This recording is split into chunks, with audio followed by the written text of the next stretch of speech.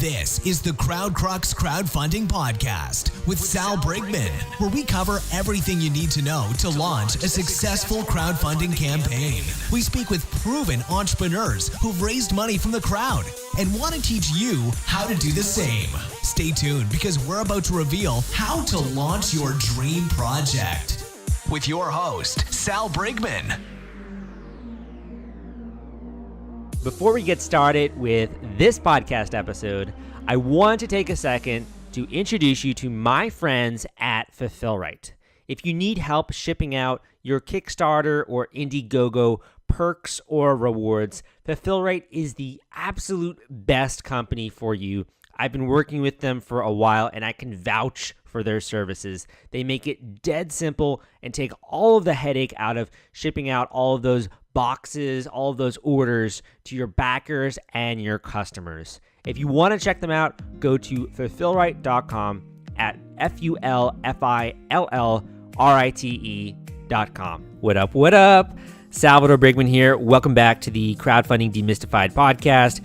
And if it's your first time tuning in, on this show, we talk about crowdfunding. Specifically, we talk about how to raise money on websites like Kickstarter and Indiegogo. How do you raise money for a creative project? How do you raise money for an entirely new product or an entrepreneurial venture? We get into all of that. And I also bring guests on this show and we dissect what's working for them right now on websites like Kickstarter. How did they get backers? How did they get attention? How did they stand out? All of that kind of stuff. And we've done the same thing with today's podcast episode. So in today's episode, we get into a lot of different things, but specifically one strategy that worked for this campaign creator that essentially raised $5,000 on the first day of their campaign, and then they ended up raising a lot more than that. So what did they do to make that happen? And they did this without any email list. They did this without a very large Twitter or Instagram following. This is something that most people that are listening to this show can do to raise substantially more with their Kickstarter campaign. And the second major thing is we got into how did they then go from raising $35,000. Their initial goal was $35,000. They hit that goal in about the 20-day mark with their campaign. But at the time I'm recording this, they actually have raised $170,000 on Kickstarter. So how did they go from $35,000 to $170,000? We answer that question for you today on the show. And to sort of tease it a little bit, basically they engaged in paid marketing. They went out there to some of these promotion and marketing agencies that specialize in crowdfunding campaigns. They hired them onto the campaign. And on this show, they're going to discuss with you what worked for them, which agencies and websites you should check out, and also how some of them have differed. What did they actually do to make this happen to boost the overall fundraising meter for this campaign? And if you've been listening to some of my other podcast episodes, first of all, thank you so much for doing that. This show exists for people just like you. I really love not only bringing on guests and getting the chance to talk with them and learn what's working, but I also like educating people. I like putting out free information so that you at least have a place to start when it comes to raising money with a new fundraising campaign. But also you'll notice that there are a lot of different strategies that work to actually get backers for your project. And it can kind of make your head spin. You know, it's difficult to nail down everything that you can do to raise money. But not only that, the most effective strategies out there, the ones that you should spend time and energy on. So if you are wondering that, and if you're in the preparation stages of a campaign, you know, you're 3 months away from launch, you're 2 months away from launch, I would love it if I could send to you some of my free training videos as part of this free course that I put together. And that course is basically going to get you up and running in terms of the practical ways that you can raise money for a campaign, the strategies you should be focusing on, and also what you need to know if you want to have a very first week number 1 launch. So the first week of your campaign should be the strongest. You should have a really strong right out of the gate launch in order to set the momentum for your project. So if you want to know how to do that, you can go and check out these free training videos at crowdcrux.com/Kickstarter. That is crowdcrux.com/Kickstarter. Just enter your email address and I will start sending you lessons as to how to do this. Without further ado, let's get into today's podcast episode. Damien, welcome to the podcast. Super pumped about having you here. And also thank you for bearing with me for all of the technical issues we've had around the show. I'm looking forward to talking about your project, learning a bit about the product, and also this interesting fundraising trajectory that you've had. I've seen you launched your campaign. There's a really big surge in pledges towards the middle, towards the end. So I'm looking forward to talking about that. Welcome to the podcast, man. Hey, thanks, Sal. Thanks a lot for having me. The only downside of the technical difficulties we have is I won't be able to get your first reaction this time of telling you that you were one of my main teachers, because the last time I told you, you didn't know. Like, what? You were surprised. So this time you already know. But yes, you were a huge teacher and a huge help in me putting this whole thing together, as with a lot of other people that I found online. I mean, you didn't do it personally, but based on all the information you put online, the resources that you had available based on your YouTube videos and your blog and comments in your blog, I got a ton of invaluable information. So I'm happy to be here. Thank you so much. And also for those in the listener base, it just pays dividends to go out there, even on Google, on YouTube, and type in some keywords, learn a little bit about crowdfunding. There's a lot of free information out there. And I think as you'll learn, this is sort of a process where you're sort of ready, fire, aim, where you're like launching into this entirely new arena, trying to learn so many different things, trying to learn marketing, prototyping, all this kind of stuff. There's a lot of great free information out there, not just my own. So thanks for mentioning that. I want to get into a little bit of, in terms of actually coming up with this product, because you are a first-time creator. This is the first product that you've created. This is the first product you've put out there into the world. And I want to learn a little bit about the beginning stage here, in terms of how did you come up with the idea for this product? And also, can you tell the listeners a little bit about what is this product that's raised a substantial amount on Kickstarter? Okay, yeah, sure, Sal. Well, it's called the Shapeshifter sunhat, and it's a type of sunhat that didn't ever really exist until now. So I decided I basically made it because I always wanted one. And for years, I had wanted a sun hat like this. And because one didn't exist, I thought it should. I just made one. And then I thought, I think other people would like this too. And now it looks like that hunch has been substantiated and corroborated, that other people do seem to be interested in this. But basically, it's a sun hat that has a flexible yet rigid, bendable, and non-breakable wire built into the edge of the brim, so you can shape it to any shape that you want it to, including folding it in half twice and putting it into a small bag or a pocket or something like that. And you try that with a lot of sun hats. Either they'll be really floppy, look like Gilligan hats with just the brim flopping all over the place. They're also very useless in the wind. Or if they're a little more stiff and rigid, like maybe a cowboy hat, they're nice and stiff and they're pretty good in the wind. But try crushing those things into a small space. It's pretty much impossible.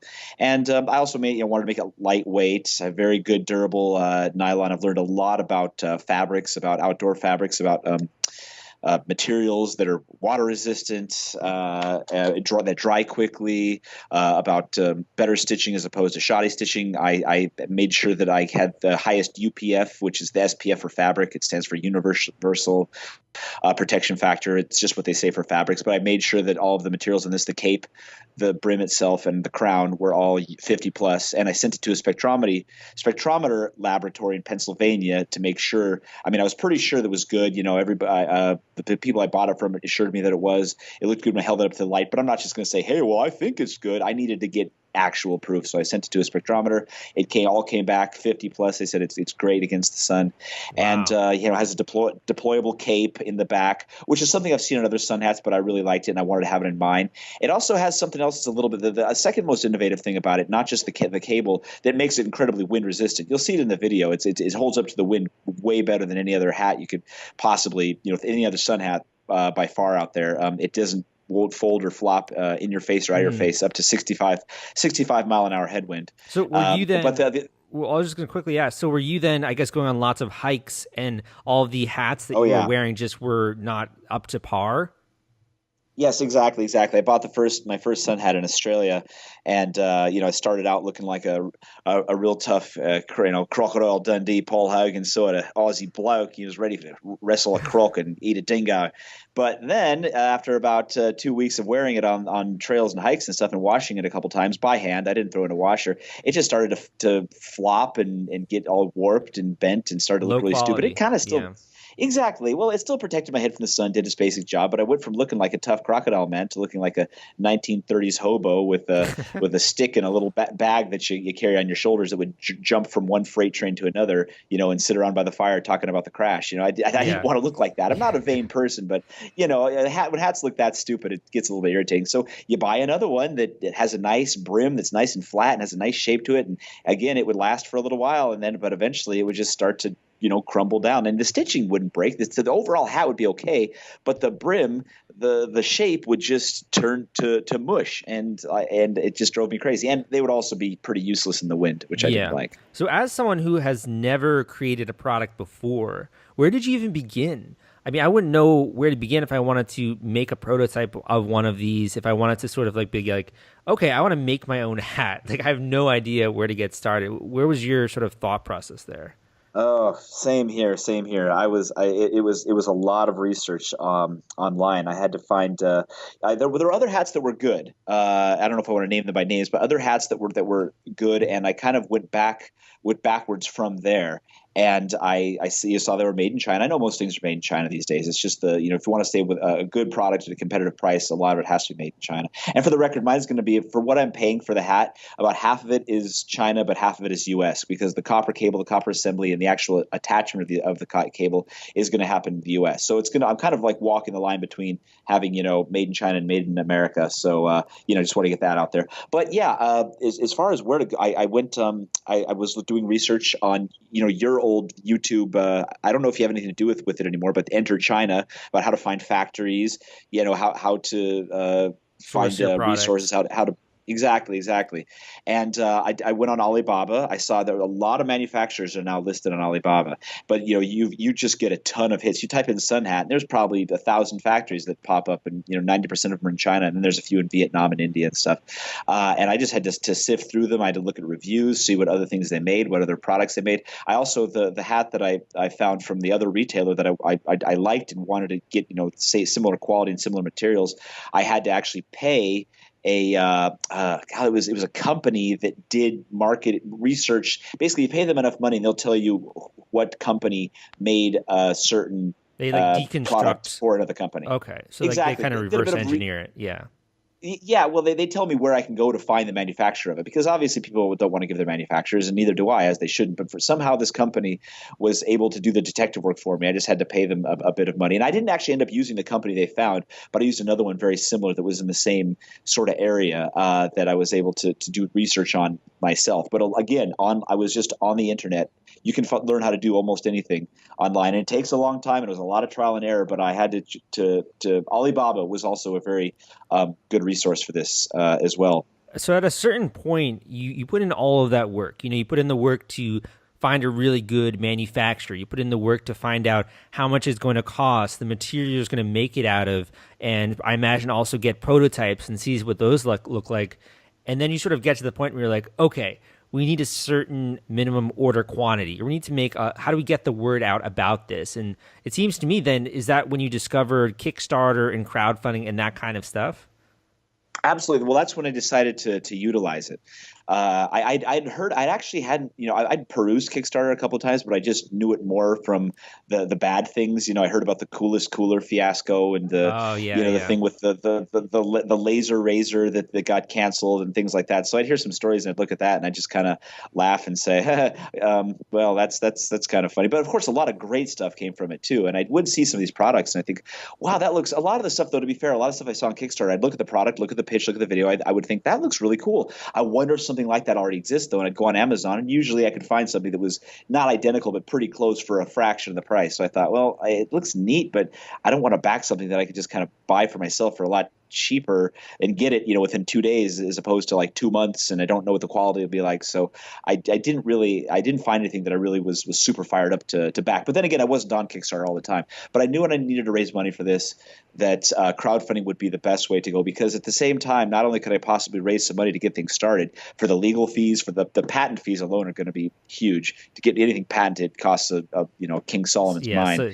Not and then all the other, making a website, getting some advertising out about the product, all sorts of things like that, and maybe even repaying myself from the thousands of dollars that I put into it up until now. But that's the last priority.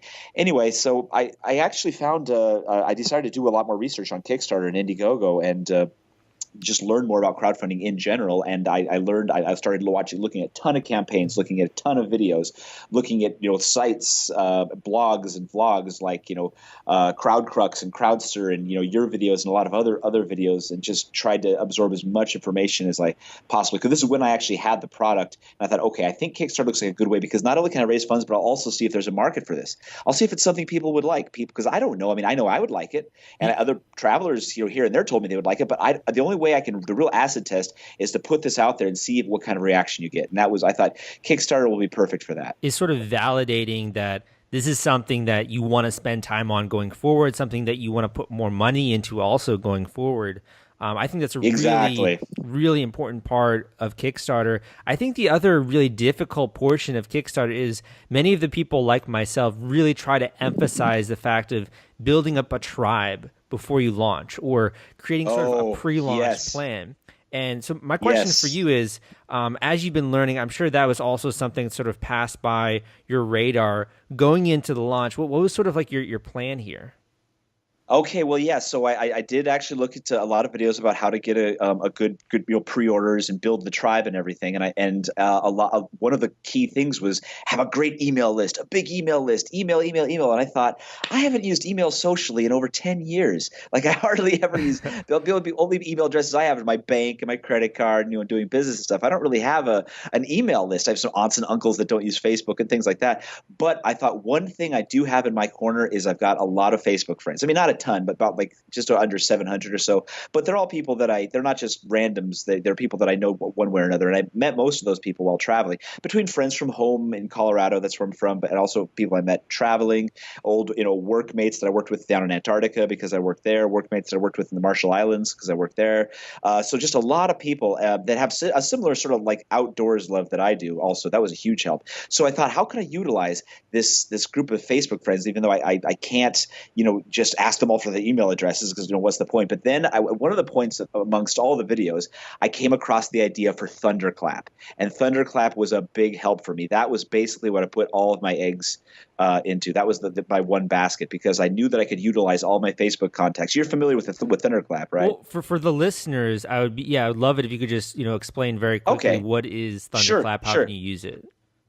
Sure. Well, if you Google it or put it in YouTube, it'll tell you. But basically, you ask a Facebook friend, or you can also do it through Twitter and Instagram. But I don't have either of those really. It was all for Facebook for me.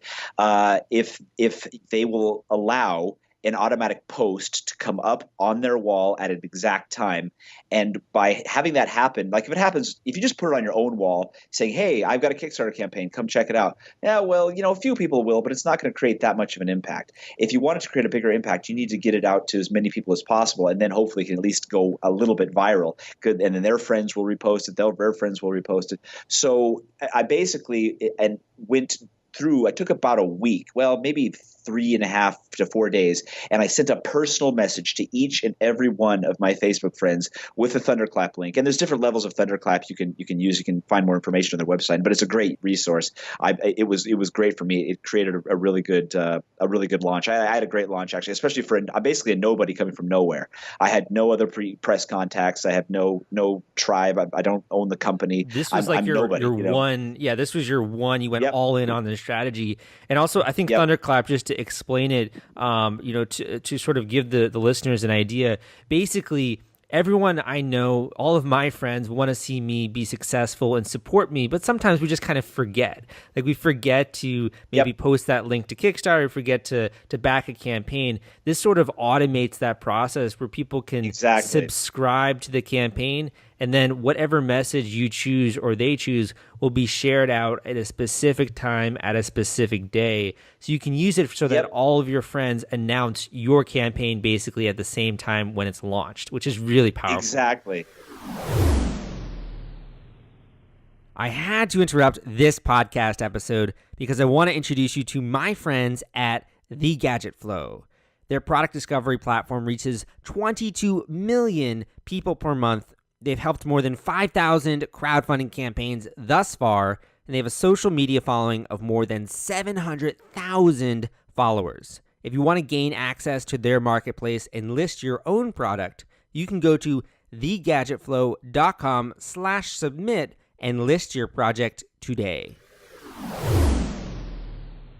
And that created a big. The thunderclap clapped pretty effectively, I've got to say, because I was able to get by emailing everybody individually. I was hoping initially for about 100 people to go in on it. I ended up getting 250 people to go in on it, which for me was great. But it took a lot of time. I didn't just put it on my wall. Hey, join my thunderclap, join my campaign. I went through and sent a personal message to each person, and it took about 4 days. I didn't just cut and paste the majority of the content. I sent a personalized, hey, remember me from Bulgaria, or remember when we used to shovel snow in Antarctica together? Well, I've got a favor to ask you. Could you just agree to this? And I wasn't asking anyone for money. I had to make it sure, because normally they see, crowdfunding. Here comes Damien. He wants money. No. I don't want any money. I just want to get the word out. That's all that I need right now. I just need to get the word spread about this thing, because I have enough faith in the product that when enough people see it, I know enough people will be interested in it. And I know I made a video good enough for it that I think it'll be entertaining for enough people to check it out. So that was what I was trying to make it clear that I wasn't after money. I just needed help spreading the word. It didn't cost them anything. All they had to do was agree to let my thunderclap automatically post on their wall at this specific time, and then it happened around the world all at one time, and I got a very successful launch based on that. So thank God I found out about thunderclap, because without that, I honestly don't know what I would have done to get a good launch, and that was very crucial. When you were doing the outreach there, the direct messages to your Facebook friends and such, so you were definitely not stressing the fundraising component, just getting them on the thunderclap. What kind of replies were you getting from your friends? Were they like really enthusiastic? Did they have questions? What kind of replies were you getting? What's really strange is, a lot of them are really close friends. Of course, we're already, all in on this. But some other friends that I thought were pretty close. A lot of people I was surprised I didn't hear from. I to this day never heard back from them since I told them about the Shapeshifter sunhat. Yet other people that I met for maybe an hour on a bus, we chatted for a little bit, exchanged Facebook contacts, never wrote a message. Again, I had never spoken to them. 5 years later, I send them a message asking them to support my thunderclap, and they reply saying, "That's a great idea. I love the video. I love the product. Of course, I'll support it." And I was surprised with not only with some of the close friends that didn't respond that I was sure they would, but with a ton of people that responded that I was pretty sure they wouldn't, but I thought I would just take a chance anyway. And a lot of people got back to me out of the blue and were really enthusiastic and really also wanted to help me succeed. Wow. And that was a really great That's response cool. to get. So you never know. The more, it doesn't hurt to send out a message to absolutely everybody, even if it's somebody that you don't really like very well, doesn't like you. But if you're a Facebook friend, just send them a message. It doesn't hurt. The worst they could do is ignore you or say no. And how much did that then contribute to your initial launch, doing that kind of activity? I think it was pretty substantial. I was also doing word of mouth, trying to tell friends, but I think it probably constituted, for the very first day of my launch, I got pledges of about $5,000, which, it's not huge, but for a nobody coming from nowhere, that's still really good. That is really good. Is great. Yeah, exactly. And on day 2, I got like another 3.5 or something like that. So my launch was really, really successful. And I attribute at least 80% of that to all the time I put into thunderclap. It's like a good friend of mine said years ago, you get out of it what you put into it. And I put a lot of time in this whole process, but specifically into that thunderclap thing. I was just sitting in front of the computer for 4 days, not even really working on the campaign, just sending personal messages to absolutely everybody and putting the link in there and asking them if they could just support it. And then there was the problem with, it's not working. What button do I push? I want to help you, but like some of my friends are very technically savvy, so I had to get back with them again and walk them through it. But then eventually it would work. But all the time I put into it, it was nice that it paid off, because I had a very successful launch. And I think thunderclap was really my one way to get the momentum started for this whole thing, and it worked very, very well. Exactly. I mean, your goal initially was $35,000. So that's about a third of it, and you got that in the first day. That's a really good standing there. And of course, you raised a lot more. Right now, you're at $170,000. So I want to get into what sort of took you from where you were at the beginning to there. But before we do that, I want to talk a little bit about your video, because I know a lot of people in the audience who are going into their very first campaign. I think the video is the most intimidating part of putting together the page, because that's the thing that really sells people on the product. It sells them on you, and also introduces you to them. You know, they get a sense of your vibe and like who you are and all of that kind of stuff. Had you put together videos before? Was this like a first time thing for you? Do you have any tips on it? The video was honestly one advantage that I did have, because believe it or not, many moons ago, the thing I studied back in university at the University of Colorado in Boulder was film and video production. But I haven't used it in almost 17 years. I haven't touched an editing. I never used it professionally. I haven't touched an editing suite in over 17 years. And then the stuff we were using back then is a dinosaur compared to what you can use right now. Yeah, I can and initially imagine. I was but I always had a little bit of a knack for filmmaking. And if you saw my video, you can kind of tell it's not sleek, it's not stylish, it's not hip, but it's quirky. It's quirky, it's humorous, it's entertaining. And I've always had more of a knack for making people laugh, doing kind of a quirky video as opposed to a super sleek, stylish video. So I thought at first I was going to try to do something really nice with rack focuses and, really intense music, and just, really try to pull at people's like emotions, show beautiful scenery of the woods and the mountains and everything. But then I thought, I think they'll just come across as pretentious, and it's not really me. For other people, it works great, and they should go for it. But for me, I went with quirky, and it really worked well for me. But because I'd had that experience before, I kind of was able to put in my head. I started thinking about the video months ago, and I just started to put little chunks in my head, like how could I put – I also watched a lot of videos. Watching crowdfunding videos is a huge help. I watched Video Pixie had this top 10 most successful Kickstarter videos, or their personal picks for their favorite videos from like 2014 and 15. They didn't do it for 16 for some reason, but just I started there, and then I just started watching a ton of videos, especially successful ones. I mean, you can watch the dud, campaign videos. Yeah. But just look, if you see a successful campaign, and then you think, okay, what was their video? Because that's a very important, that's a crucial, integral part of this. So I watched a lot, and then got some more ideas of how I could utilize some of those factors with what I did, and then I thought about maybe I figured I would shoot it myself. But so I went on Amazon. I bought myself some better lighting equipment because, like I said, I worked in this a little bit back in college, and I remembered a fair bit about it. I knew I had to have decent lighting, and you can get pretty good lighting. Just a cheap lighting kit on Amazon. Like the lighting that I used was nothing super professional. It was better than like a desk lamp, but it also wasn't like Hollywood TV show style either. It was kind of in between. You also had some good buy some stuff on Amazon. You also had some good B-roll footage I saw in the video. Oh yeah. What I did with that, the stock footage in the very beginning, I got some beautiful shots. I was able to, but you got to make sure you've got the rights to them, or that you don't need to pay for them, because there's a lot of stock footage, but you got to pay for it. So but there's a lot of places online. Again, this was a whole nother huge expulsion of time that I put into it, just trying to make sure that I could use these stock shots of the flowers and the grapes and the girl running through the field. I used all my stock footage in the beginning, but I think it really added I sort of started out making it look like sleek and stylish and kind of intense and like, very bright and positive. And then I just kind of cut to the chase with like, yeah, the sun is great, but it's bad too. But I had to spend a lot of time though, making sure I had the rights to use all that stuff. And I think VidEasy is what I ended up using a lot. I got some from some other places too, and you can actually buy some as well, but a lot of them are quite expensive. And I was trying to, because I didn't know if this was all going to be for nothing, I thought I would try to get as much stuff for free or very inexpensively as possible. So I got a lot of that stock footage from the internet. But don't just, this is a tip to everybody out there, don't just randomly grab something and take it from YouTube and then use it, because the last thing you want is to get sued, or if somebody totally derail your campaign because they say, I shot that, you didn't ask my permission to use it, I'm going to bring legal action, blah blah blah. So just make sure. And also for the music that I used 5 different songs in there. I found a website where they specialize in commercial music. I thought about getting friends to make the music, but I thought, I don't mind spending some money. So I ended up spending about $200 for the rights to get those 5 songs the website that I used, and they worked really well with the visuals that I had in there. So what I love, I just tried to utilize all the resources. Mm-hmm. Well, what I love so much about your video is the fact that it's really in line with your personality. At least the vibe that I'm getting from you, like it shows your sort of quirky personality here. This is almost like, I don't know if you've ever seen the YouTuber Coyote Peterson, like the Brave Wilderness YouTube channel. You got to send him one of these hats if you haven't already. It's very okay. Sort of get the feel from your video a bit about your personality. And that sort of made me hooked a bit because, like, you can see any kind of professional product, just a really nice video, but it seems very dull. It seems very static. You know, a lot of them have been done.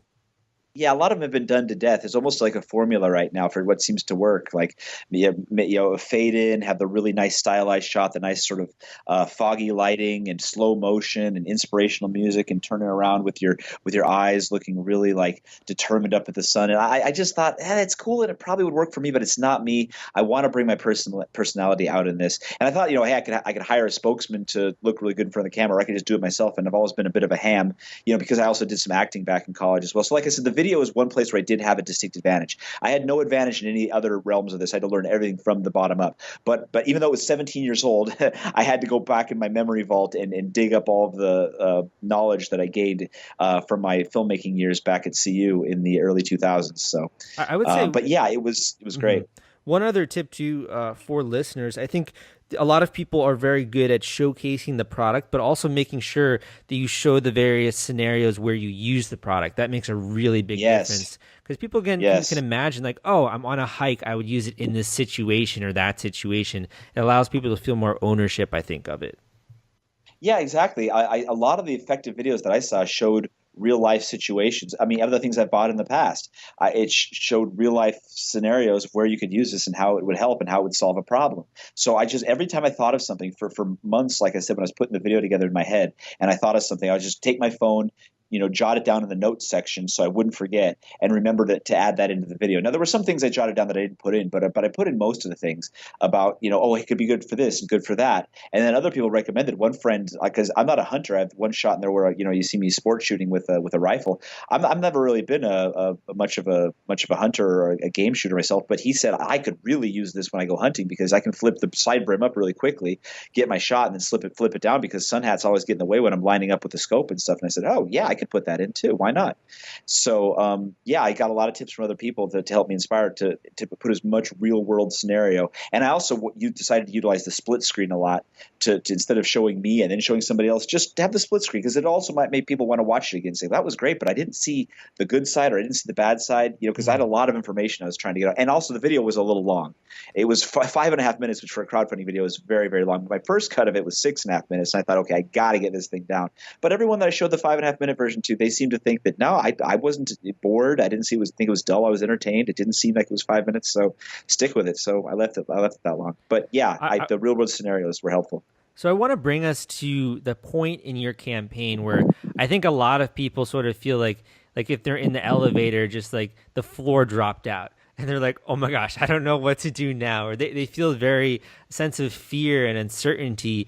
And ironically, you hit your goal within the first, 20 days, around there. Your goal was surpassed and hit, but you sort of get to that point where it's like, okay, we still have a lot of time to go with this campaign. And I've sort of I've tapped out my network, I've tapped out maybe the other marketing strategies I was planning to do. Where do we go from here? So I want to ask you here, number one, what was that like, emotionally? But number two, where did you go from that point? Well, okay, sure. Well, it was, you never know how it's going to turn out. One minute you think like, okay, this could be the next really big thing. And I might make $1 million, it'd be great. Or like, I'll be lucky if I even make my goal. I don't know what's going to happen. So when after my initial surge happened, I did look into other marketing. I knew I was going to need professional help to get the word spread about this because I'm not a professional Facebook advertiser. I mean, I did do a little bit with marketing in the past. I had an interest in it, but all of my interest in marketing was basically put into making the video. After that was all of my tricks were out of my hat, and I had nothing else. So I knew I would need to get professional help. I went to some of the small guys, as I call them. Yeah, exactly. Pardon the pun. Yeah, exactly. That's a good one. Usually I pick up all the hat puns before I come up with them. But yes, all the tricks were pulled out of my hat by then. So I had to go to some other places. And I went to start out with what I call the little guys. That was like Backer Club, Backer Hub. And believe it or not, I actually got a bit of a spike from using Backer Club. I looked at reviews. They looked like they had a lot of followers, and I had to pay a bit of money. It was a couple $100, but I thought it couldn't hurt. And you got to offer their followers a little something extra, and I did. But I got a bit of a spike from that, and that was nice. But that lasted maybe 2-3 days, and the effects from that kind of wore off. I tried to do the whole thing with the press. In fact, I watched your video about writing a press release, and I ended up writing one myself, and I was pretty happy with the way that it turned out. But I'll say I did a ton of work with the press and the press release, and that did me about as much good as learning the Gettysburg Address backwards in Portuguese. Like, it was just complete waste of time for me. I'm not saying don't do it to anybody, but I heard back from virtually nobody. So I just thought, well, so much for that. But I'm so glad I tried it. But after I went with the little guys and that petered out, then I started looking at the big guys. I started looking at, namely, Funded Today and Inventes, formerly Command Partners. They seem to have the most press about different campaigns they'd worked with. I looked at the campaigns that they'd worked with. I did some research on them independently, and they both had some really great reviews. And I just tried to decide which one to work with. And then I thought, well, who says I have to decide one? Maybe I'll just work with both of them. And the only downside, they both charge comparable percentages of your totals raised. But I was sure that they would have different approaches, they'd have different strategies, and they'd have different audiences. So I thought instead of using one, because my campaigns are long, that's another thing. I did make it 60 days. Initially, I was going to make it 30 days, and my father actually talked me into making it 60 days. He said, nobody knows about this. Nobody knows you. It's a really good product, but you're going to need time to get the word out. And so I thought, okay, maybe I'll make it. But all the websites say the successful ones are 30 days or less. He said, well, yeah, forget that. You're not the typical story here. Trust me. And I'm glad that I did, because that extra time gave me a lot of time to try a lot of different strategies and to get the word out about the product. So I'm really glad I made the thing last 60 days. But when it started to peter out a little bit, I wouldn't say I was worried, but I thought, okay, how can I get this some more eyeballs on this thing? So I'm going to, deal with these bigger campaign guys. So I dealt with got a deal going with Funded Today for the month of July, for at least the last 20 days, from maybe July 10th, I think, to the end, maybe the 11th to the 31st. And then I worked with Inventes from August 1st until now, and I will work with them till the end of my campaign. And they've both done great things. I think there's advantages and disadvantages to both of them, but I don't want to get too much into that. I don't want anybody to say I'm slandering them, but they've both been great to work with. And I was going to say really quickly, could you give us an idea of what they were doing for your campaign? Yeah. Well, their main thing, both of them, and they said this, were Facebook ads. That was a huge thing. Now, I know that's something that you can learn to do on your own, but I know it's like a whole another book of black magic to get into. And my head was already scrambled eggs by this point of all the things that I'd learned, all the things I was trying to stay on top of. I thought, I can't teach myself to run Facebook ads. Maybe if that was the only thing that I was doing, yeah, I could do that, and if it's what I've been concentrating on. And I don't know what's effective. I don't know what groups to go out for. I mean, there's the outdoor groups, but these guys have different algorithms. They look at your analytics, and they know how to decipher these things. I mean, because this is what they do. This is their profession. So, but the main thing that they run is the Facebook ads. And that's fine with me, because my whole thing started with Facebook. I actually made a Facebook page for the Shapeshifter Sunhat as well. The Thunderclap was through Facebook. So I thought, and Facebook is still, even though Instagram and Twitter have gained a lot of traction in the crowdfunding spheres as of late, Facebook still seems to be the king as far as overall amounts of people that will see your thing, see your product, your ad. And they didn't actually show me their ads, because they've had problems in the past with people seeing what they were doing. Then they say, okay, I'm canceling my thing with you. I can do this myself, and it'll be cheaper. I don't have to pay a percentage. And then that's it. So I only heard from other people that said, hey, I saw an ad for your thing. And I said, really? What was it like? Because I didn't see it. I don't know what they did. But I do know they did a lot of ads on Facebook, and then also Funded Today did a lot of stuff with they ran some cross campaigns for me, which I guess I could do on my own, but it's nice to have somebody else, just one less thing to have to deal with on my own. And I think they did a couple things with YouTube as well, but they had some very similar strategies. But their numbers proved that they both knew what they were doing, and I figured at this point it couldn't hurt me. The worst that would happen if I decided to go with these guys, because I did have to pay a startup fee for both companies, but I figured the very worst that would happen is that I would still break even to what I would have done by myself. So nothing ventured, nothing gained. I had to take a chance, and I'm glad that I did. It paid off. This was going from the point of, say, $35,000 your fundraising goal to over $170,000 on Kickstarter. That's a phenomenal jump in sales right there. Yeah, and that was due to the. I'm sure that was due to the companies, both Inventees and Funded Today, that I used, because without them, but before I kind of saw the trajectory, and I was doing okay without them. I will admit I was kind of averaging some days better, some days worse, but just doing a little bit that I could do myself. I was averaging maybe 1,000 a day, so I was pretty sure that I'd get to between 80 and 100 by the end of the 60-day campaign on my own after the good launch and a couple of other big days. But I thought, I think I can make this bigger. I think I can utilize this more, and I'm not going to relaunch this because I've met my goal. I have one shot at this. I got to make hay while the sun shines, so I'm going to take a chance and bring in the heavy hitters that really know what they're doing. And they're taking a percentage then of the funds they bring to your campaign. Is that how it works? Actually, it's it's a whole. I had to kind of negotiate that a little bit myself. That's generally how they work it, but I was able to make it so they each would only take, because they do all their advertising only within the U.S. So I said, okay, I don't really want to pay a percentage of my international orders, because first of all, I don't want to pay a percentage of shipping these guys are paying for, and also I know your ads will have really nothing to do with people seeing this when they're in Germany or Australia or Finland or Peru. They're not, your ads aren't really going to be targeting those people. So I'll pay a percentage of just like the U.S. orders, and most of them are going to be U.S. orders anyway, and they were both fine with that. And then I also had the stipulation. Well, at first, yeah. So they both took a percentage of everything other than international orders. Yeah, that's right. Okay. So they took a percentage of everything, but so yeah, and it was workable for me. And I was, you can negotiate I don't want to give too many specific numbers and blow everybody's chances to I don't want they make either of these marketing firms mad at me, But yeah, they basically took a percentage of all my U.S. orders, and if you've got a big international backing, that'll save you a fair bit of money. So if you can negotiate that stipulation, I would recommend it. Okay, very cool. I think these campaigns also it's a testament to the fact that you have a great product. The only problem was getting it in front of the right people and also enough people. And had you not done that, had you not engaged in Facebook ads, these different outlets, you wouldn't know that. You might come away saying, oh, okay, like this was, a success. But from this, you see like, wow, there's a lot of demand for this product. You just need to get the right people to know about it. Exactly. I had to get eyeballs on it. And I knew after the initial response that I had after really just doing nothing, just telling my friends about it and showing them the video, this is where making the video was huge. I had a lot of the first most important step the most important step was getting a great product that I really liked, that I would actually happily buy myself. That was buy, B-U-Y, not alone by myself, but I would actually purchase by myself. And then the second most important thing was getting a video that can really convey what problems this thing solves and how it would be beneficial for somebody to actually to get one.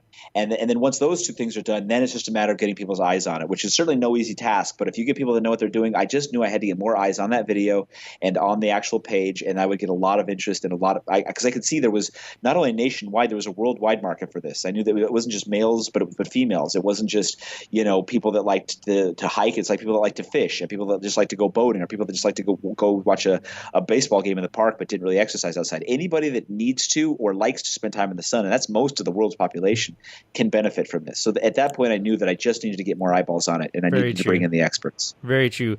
I have one or two more questions for you here. But before we do that, where can people check this out on Kickstarter? There are still 9 days to go at the time we're recording this. Where can they go to find this product?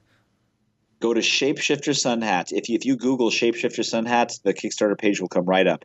And I think even if you just type in Shapeshifter, but just type in Shapeshifter, one word, Sunhat, I believe is one word or two words. I honestly can't. I think I made it one because it's actually an English word both ways. So just look for Shapeshifter Sunhat on Kickstarter. It will definitely come up. And if you don't like, I would love it if you could take a look at it, either to learn about how to run relatively successful, well, not to toot my own horn, but quite successful campaign completely solo, and just see some of the things I did. Please learn from it, like I learned from other people. I would encourage that. I'd love if you did it. But also, you might actually want one. And if you don't want one, the odds are very high you'll know somebody that wants one. And if neither one of those is the case, I guarantee you'll at least be entertained by the video. Yeah, and also if you do take a second to watch the video, to look through just how it was crafted and the personality that goes into it, just even as a thank you, share it on your Facebook page. I mean, it's great. It's a great product. It's pretty cool. So I think that'd be a great way to thank you for also coming on the interview and just sharing all of these great tips. But I appreciate that. Yeah, thank you, Sal. So I just have a few more questions for you here. But before we say goodbye, we wrap this up. So if you were to talk to a younger Damien And this person, they're obviously going into their campaign, they're learning a ton, and they want to get an idea of the type of budget they're going to need to get the word out there about their product and about their campaign. What would you say to them? Okay, the type of budget just to get the word out. You mean so the prototype's done, you've got the product, the video's done, just to spread the word, or exactly? Everything? Yeah. Okay, well, I would say I did a few things just to get started. You're probably going to need, and I really started investing more in this when I saw money coming in for my campaign, because then I could spend a little more freely. So I would suggest trying to get a good launch as much. I actually would suggest doing what I did if you've never been out there before, it's your first time. Take a chance and run a little bit of a longer campaign if you have a lot of success in your product. Maybe not 60 days, but maybe 35, 40, 45 days to give yourself some more time to try to get some traction. And then once you do have some funding coming in and then you know that there's a market for it, you can think, okay, now that I'm pretty sure that I'll at least get funded, if not more, then I can spend a little bit more liberally and take some other chances. Start small, go with Backer Hub and Backer Club. They were both very good resources. I didn't do very good with Gadget Flow, but other people have had success with Gadget Flow. I didn't do well with the press release at all, unfortunately. So for me, that was a waste of time. But for other people, it might be worth. But it's still worth trying. I would still recommend giving it a shot. It just didn't work for me. And then once that's all done, I think, you're probably looking at about $5,000 to $8,000 that you're going to need to between the little guys and then the big guys, because it all adds up. Getting press lists, getting other PR companies to distribute your press list, getting Backer Club to do their thing, getting Gadget Flow to do their thing, and it's just all these little things. You think, $200 here, $300 there, but and then when you pay the big marketing companies to get started, they charge an initial fee. Funded Today and both Inventees did charge a certain starter fee, and then they take a percentage of it. It's not much. It's a couple. Depends. You can negotiate. It'll be between $2,500 and $3,500 just to get started with, like Funded Today, for example, and then they'll do tests and see how valuable the product is and everything. So put it all together, you're looking at between $5,000 to $8,000. Okay, yeah, that is a really good idea. And the last question I had for you here, Damien, was going back in time, if we could, would you do anything else in the pre-launch phase of your campaign? I know that for you, the thunderclap and the direct messaging on Facebook was sort of like the silver bullet here to get you started. Would you have done anything else if you had more time? Oh, well, I would have loved to have worked with the team. Because I remember I watched your video you had up there recently about how good it is to have a team, and I just thought I didn't have a team, and I couldn't really just go to the store and buy one. I had friends help me, but I think one thing I really would have liked to have done if I'd had the time is get more familiar with Instagram and Twitter and use those both for the thunderclap and also done more things, because I don't really know Instagram and Twitter. They're a little bit after. My time that they became really, on Facebook, I know pretty well. Not great, but a layman, maybe a little bit better. But I would have really done a lot more with Twitter and with Instagram, because those platforms are becoming very influential in crowdfunding. So if you don't know much about it, find somebody that does, or if you do know something about it and you already have an account, utilize that. Use your friends, your followers on Instagram, your followers on Twitter, and use those platforms to get the word out, because I think that would have given me even more of an explosion. That's probably the one thing that I really wish, aside from having an email list, but I don't know how I could have done that differently aside from just randomly asking friends. I was already friends on Facebook with, hey, by the way, what's your email address? That would have been kind of a waste of time. But yes, utilize Twitter and Instagram to their maximum fullest potential. That will be a huge help. Damien, thank you so much for coming on the show and sharing all that great information. Also bearing with me through all of these different technical issues that we've had on both of our ends. Really appreciate you coming on and also just educating. It was a pleasure. Thank you. And sharing your story. I also am really looking forward to watching and seeing how far you actually end up going with this campaign. Still 9 days left, and it looks like you're actually trending to go even higher than the amount you've raised. Yeah. It's stupendous, and I really got to also say thank you and people like you that make this all for free. Like, I was able to learn so much. It's been an invaluable resource to have your blog, your YouTube videos, and your podcasts, as well as other people that do something similar. So thank you for making this available to everybody else out there, because it's been if not for you, I definitely would not be where I'm at right now, and other people as well. But if you gave me a lot of great resources, and you've got a ton of great videos. So everybody just check them all out, because you've already got how to make a crowdfunding success story with your YouTube videos. Thanks so much. Looking forward to watching your progress, and we'll have to have you on again next time. Thank you, Sal. It's been a pleasure. It's been a lot of fun. I really appreciate the opportunity to come on and talk about it. Thanks for listening to this episode of the Crowdfunding Demystified podcast. Again, my name is Salvador Briggman. If you haven't already, would really appreciate a rating and review on iTunes. Not only does it give me good feedback, but it also helps more people see the show.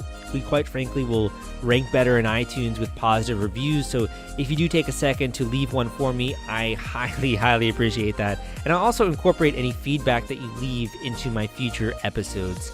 The second thing being, if you do want to get up to date really quickly on the best strategies for launching a campaign on Kickstarter or Indiegogo, the best strategies in terms of getting backers, getting traffic, and really boosting your fundraising meter, you can go to crowdcrux.com/Kickstarter. Just enter your email address and I'll start sending you lessons to educate you on some of these strategies and tactics and ways that you can stand out from the crowd. Thank you so much for tuning into this episode of the podcast, and I'll see you next time.